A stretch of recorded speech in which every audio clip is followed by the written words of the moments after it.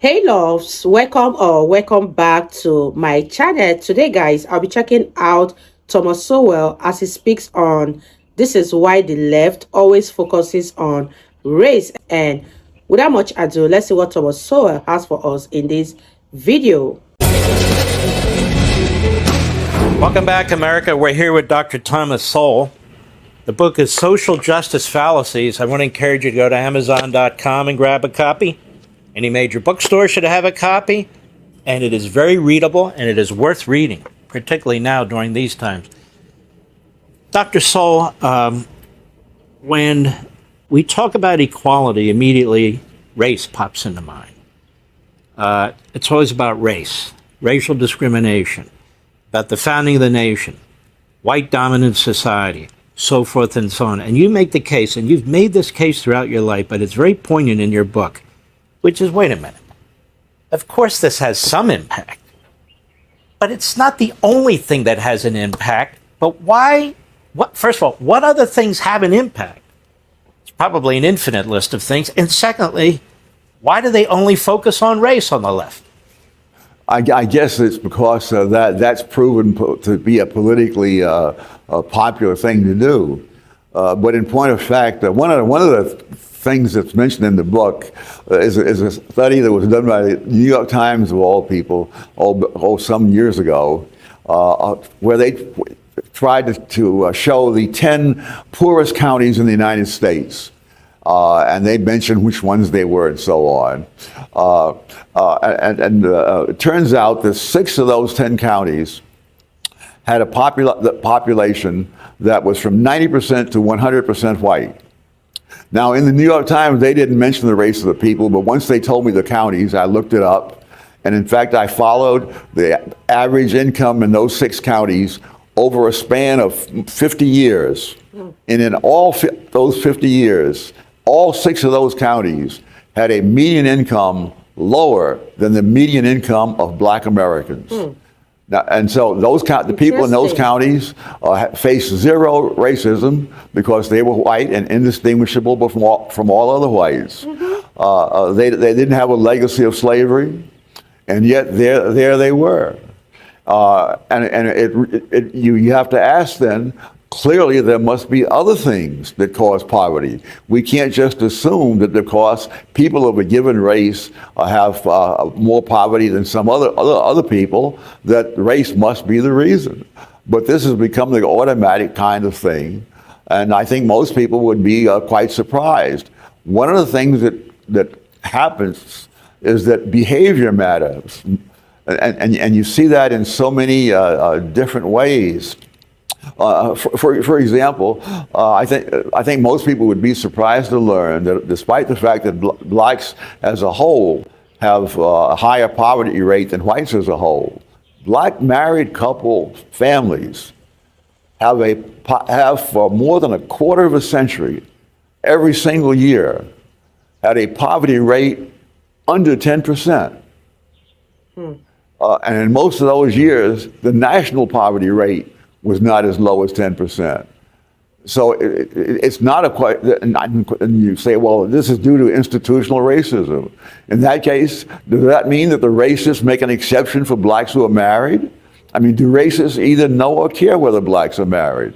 None of these glib explanations stands up to the slightest empirical study. And let's talk about this when it comes to minorities generally.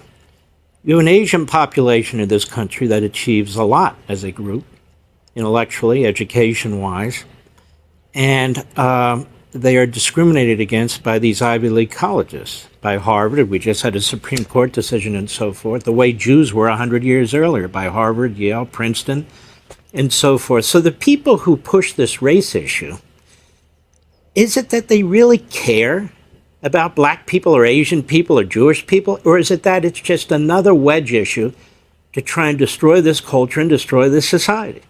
There are some people who are both. Some really believe it, and I feel sorry for them. But there are some who really don't care. If it gets them elected, that's what matters.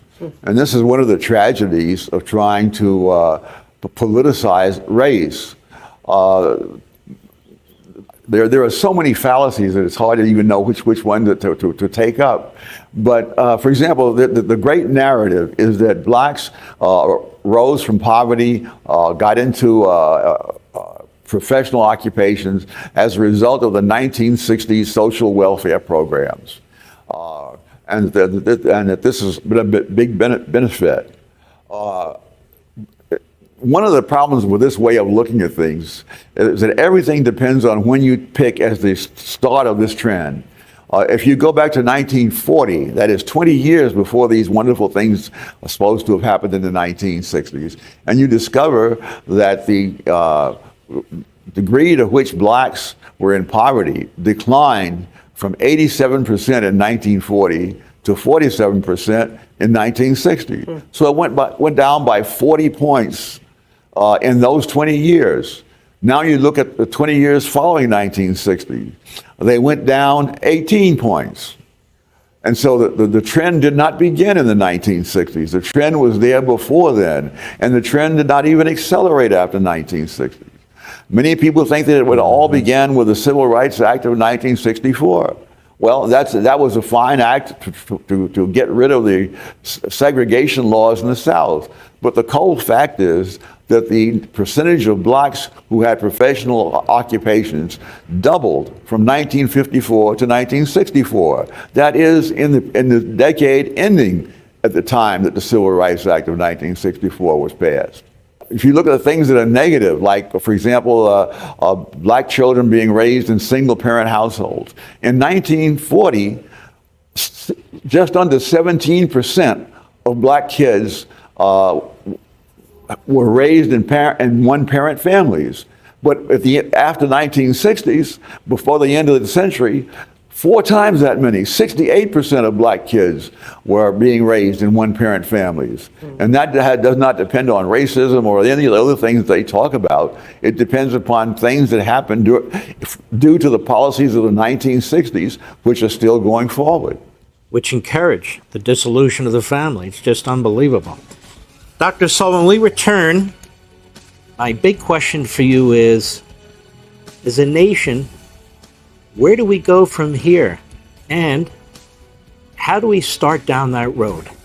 We'll be right back. I have learned a lot listening to Thomas Sowell teachings, and it's very educating and very eye-opening, and I loved it so much. I really had fun reacting to Thomas Sowell, and if you guys enjoyed watching, give this video a massive thumbs up, and I'll see you guys in the next video. Bye guys.